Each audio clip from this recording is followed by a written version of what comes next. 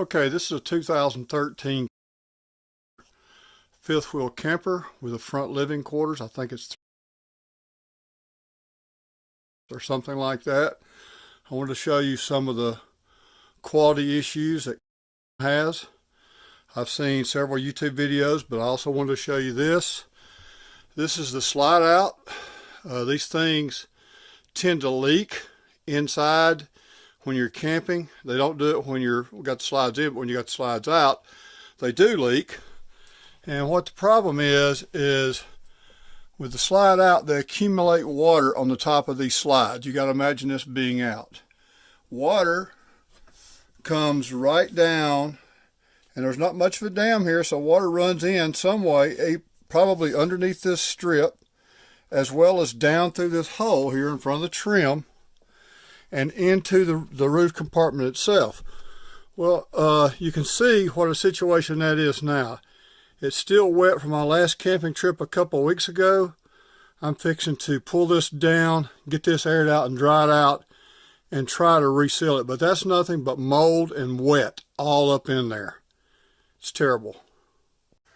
This is the other front slide out on this fifth wheel camper with leaking problems. This slide is about half in and half out right now because I'm working on it. This doesn't look all that good, but I think it'll solve the problem. You can see I have a little clear angle strip here screwed back down to the top of their little metal strip and also caulked. The caulking doesn't look that good, I know, but I think it'll work.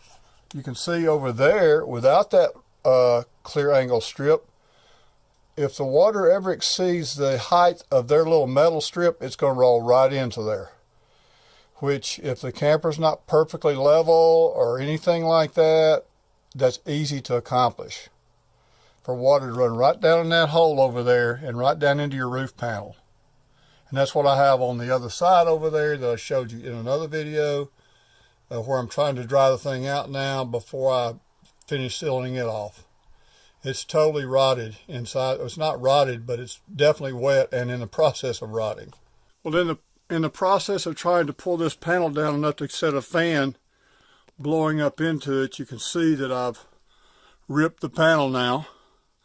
So that's something else I'm going to have to repair once I get this thing dried out and back into place. But you can see what a mess that is. That's because they do not seal these things on the top properly.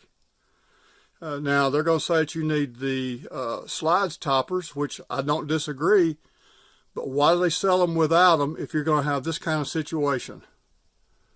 Okay, I'm on the roof of this 2013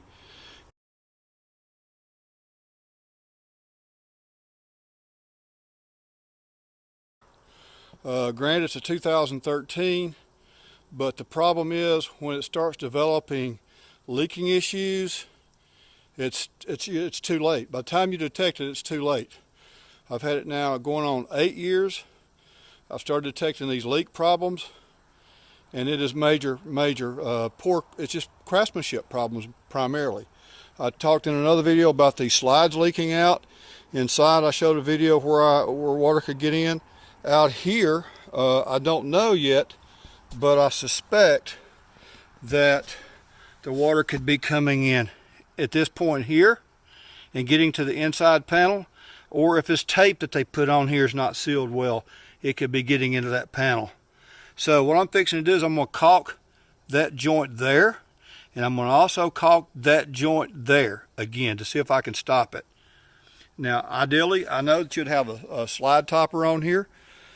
They never said I had to have a slide topper. It was required to keep this thing from leaking. If they had, I would have considered it, but they didn't say that. And you see so many of these campers these days running around without slide toppers on. Well, I know the downfall of that is if you're camping, you collect leaves and debris on top of it. And what I do is I climb up the ladder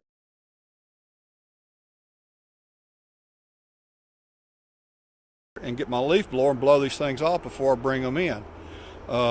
So, you know, if it's required to have a slide topper to keep from leaking to make the camper last, then they should tell you that. I have since caulked that seam like I said I was going to do in the other video. I've also determined that the same little flat metal strip they use inside, and you can see the screw holes there, is mounted out here. And this piece of tape spans over that. So I don't know that it's leaking here. I'm going to leave that alone. It seems to be adhered pretty well, but you can see I caulked that seam all the way down. I'm also using something I just bought at Lowe's called Quad Max. It was some very good sealant. It's window, door, and siding sealant. It's like $8 a tube. So it seemed to be very good. I think it's kind of I'm not sure, but it seemed like a butyl rubber of some sort. But anyway, what I did is I cleaned that off really good and then caulked it. Hopefully that'll stop the problem I'm having. You'll find videos showing where this back wall rots out. It's not a laminated wall like the side panels. It's actually a small, I would call it a wooden stud wall with fiberglass insulation between the inside panel and the outside panel. Mine, I detected that it was leaking just about 3 or 4 weeks ago before a camping trip. I noticed, you know, the back wall looking kind of odd, and you can see it's kind of bowed out a little bit above the window there. So I went and sealed all around the window again. Got to checking inside this back compartment, which I've recarpeted since then. This whole floor piece was rotted out. The wall, you can see inside the wall, that was all sopping wet. I've since got it dried out since I got the leaks stopped. It's also rotted on the back corner over there. There's normally a panel covering up where the power wire goes out. I removed that just so I could see back in there, and it's already beginning to rot as well. So what happens is on this back wall, particularly on the ladder side, if you use this ladder, it pulls away a lot. I've since caulked it, taken it down and recaulked it, and I'm going to try not to use it. That's why I have this ladder here.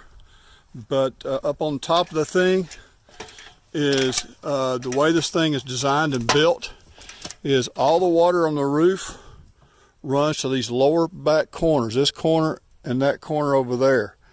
And what it does, if this is not sealed well here, you're going to have water running down the wall. I think even if it's sealed and you have water running off of here, it runs in through the ladder around the lights. And it just runs into the wall.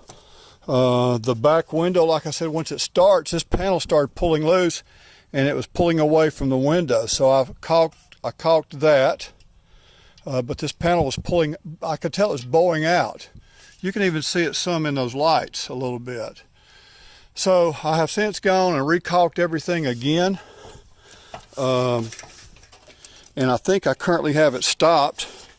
The tail lights, if you remove those tail lights, there's large holes where they run the wires in, and I pulled these lenses off. It's just literally a large hole in there. These are really cheap lights. The lenses don't seal at all. Water running in there runs through the wire hole and into the wall as well on both sides. So what I did is I pulled that out and put some foam, great stuff type foam in there to hopefully stop those. But that's a serious problem right there. By the time you realize it's leaking, it's too late. Everything in there is sopping wet, and it'll take forever to dry it out. Like I said, the way that wall is made is you have the outer panel. I think it's stuck to a piece of cardboard-like material. You can see how flimsy that is. You have the like 2x2 wooden studs with insulation between those, and then you have the inner real thin plywood. And you get any of that stuff wet, it's never going to dry. So anyway, look for other YouTube videos on this. There's a particular one with a dealership taking that rear wall off, telling you that that's something that the dealers don't want you to know, is that kind of poor quality craftsmanship on these campers.